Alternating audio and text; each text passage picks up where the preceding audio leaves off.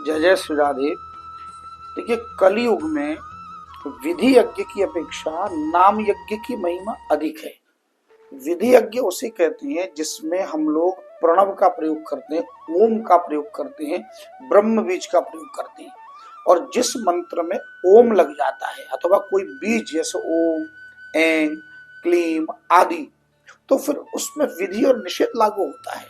विधि निषेध उसे कहते हैं कि इसके करने का कुछ नियम है, जैसे आसन पर बैठकर ही करना है, जैसे स्नान के बाद ही करना है, जैसे उसमें कुछ विशेष नियम होते हैं, गुरु आज्ञा का पालन होता है। किंतु जब हम नाम मंत्र का जाप करते हैं तो उसमें कोई विधि अथवा निषेध नहीं है। जैसे जैसे राम, कृष्ण, हरि, विष्णु, नारायण, शिव, शंकर, महादेव आदि ऐसे जितने भी नाम हैं, इनको आप किसी भी समय किसी भी स्थिति में सोते, बैठते, उठते, जागते, खांसते, छींकते, आप किसी भी परिस्थिति में भगवान नाम का आश्रय ले सकते हैं जिसमें केवल नाम हो।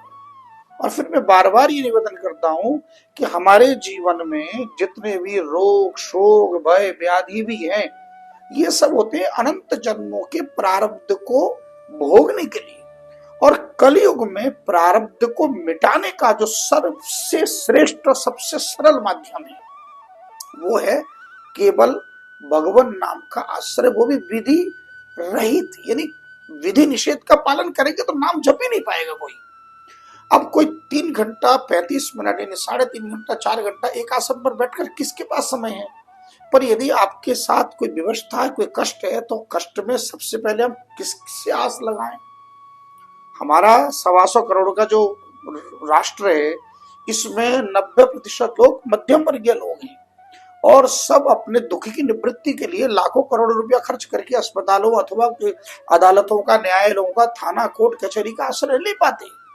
उन्हें तो एक ही परम पिता जिसका आश्रय प्रहलाद ने लिया, ध्रुव ने लिया, द्रौपदी ने लिया, अर्जुन ने लिया, गजराज ने लिया, माता उत्तरा ने लिया, परीक्षित की माता ने लिया, इन सब ने जिस परम पिता नारायण का आश्रय लिया, कली काल में सबसे सरल वही है।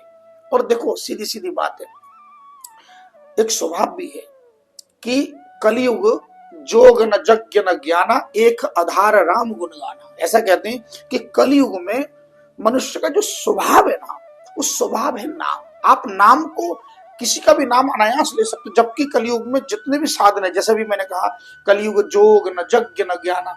आप योग करोगे, यज्ञ करोगे तो यज्ञ में कितना धन खर्च होता है, कितने साधन जुटाने पड़ते हैं, कितने लोगों को मनाना पड़ता है, कितना चंदा करना पड़ता है। पर किसी का नाम लेना है तो क्या चंदा करोगे, हैं? भगवान हरि की कथा और भगवान का नाम ये बड़ा सुरल है। और कथा कान के द्वारा से हम श्रवण करते हैं, भगवान की महिमा श्रवण करते हैं। और कान का एक स्वभाव है कि कान में कोई दवा डालो ना, वो सीधा मुंह में लाके गिरती है। आप कभी कान में दवा डाल के देखिए तो मुंह में गिरेगी। यानी कान में जैसा शब्द डालोगे वही शब्द हमारे मुख में से प्रस्फुटित होता है। ठीक उसी प्रकार जब हम रात दिन भगवान का नाम श्रवण करेंगे, हरि कथा का आश्रय लेंगे, भगवान की महिमा का आश्रय लेंगे, तो हमारे अनायास मुख से भी जो शब्द प्रस्फुटित होंगे वो भगवान नाम। तो ओंकार के साथ हमारी व्यवस्था है, लेकिन नाम के साथ कोई व्यवस्था नहीं है।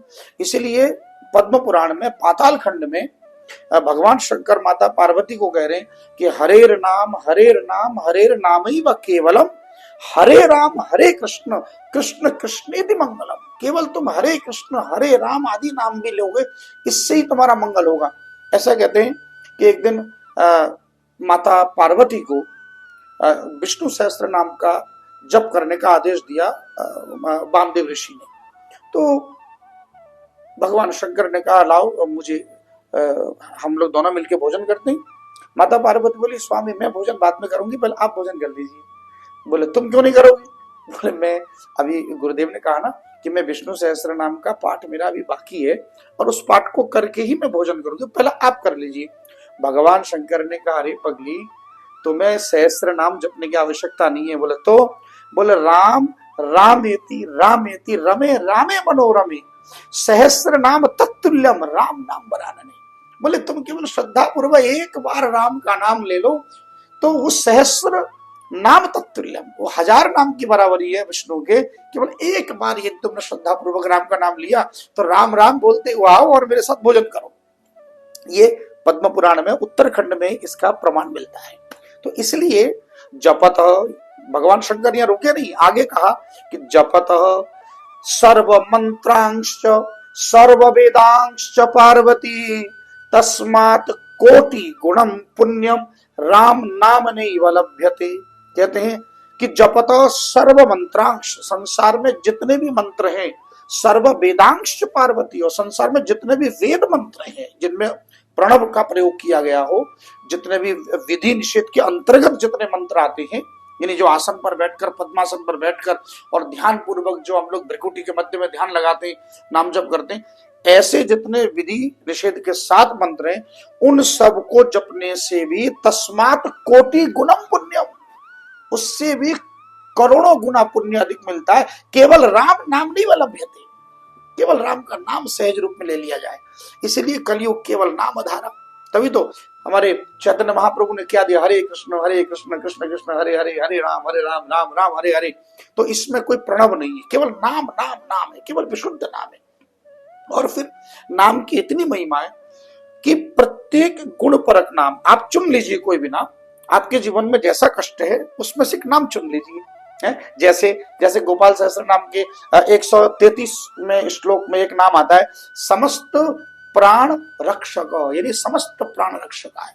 अर्थात किसी को प्राण संकट हो तो उस समय समस्त प्राण रक्षकाय नमः, समस्त प्राण रक्षकाय नमः, समस्त प्राण रक्षकाय नमः आप अहर्निश इसका जाप कीजिए। जैसे 140वें श्लोक में एक नाम आता है, भक्त दारिद्र दमनो।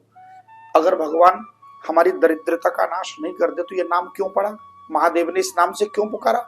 यानी भक्त दारिद्र, यानी किसी को लोन हो, किसी का कर्जा नहीं चुका पा रहा हो, तो वो भक्त दारिद्र दमनाय नमः, भक्त दारिद्र दमनाय नमः, भक्त दारिद्र दमनाय नमः। हे प्रभु दरिद्रता का नाश करो, दरिद्रता का दमन करो।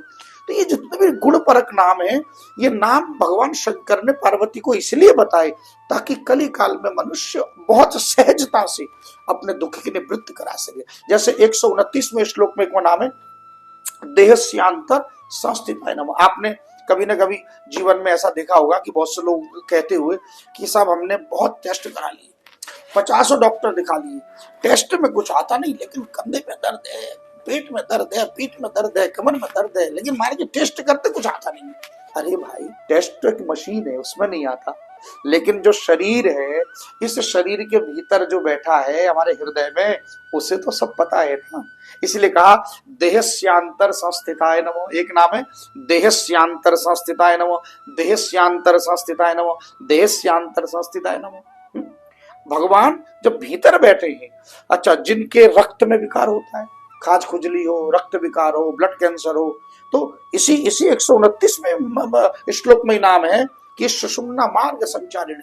आज भी मनुष्य को मनुष्य का रक्त ही चढ़ता है, पशु का नहीं है। तो सुषुम्ना नाम के नाड़ी में भगवान रमण करते हैं हमारे शरीर में, जहां रक्त का निर्माण होता है। तो रात दिन सुषुम्ना मार्ग संचारिणी नमो, सुषुम्ना मार्ग संचारिणी नमो। ये जितने भी नाम है ये सब गुण परक नाम है। और अंत में चलते चलते कहता हूं, कितना भी बड़ा यज्ञ कर लीजिए, कितना भी बड़ा साधन जुटा लीजिए, जब प्रारंभ करते तो क्या बोलते, अपवित्र पवित्रो वा सर्वावस्थाम गतो विवा यह स्मरित पुंडरीकाक्षम स बाह्याभ्यंतर शुचि।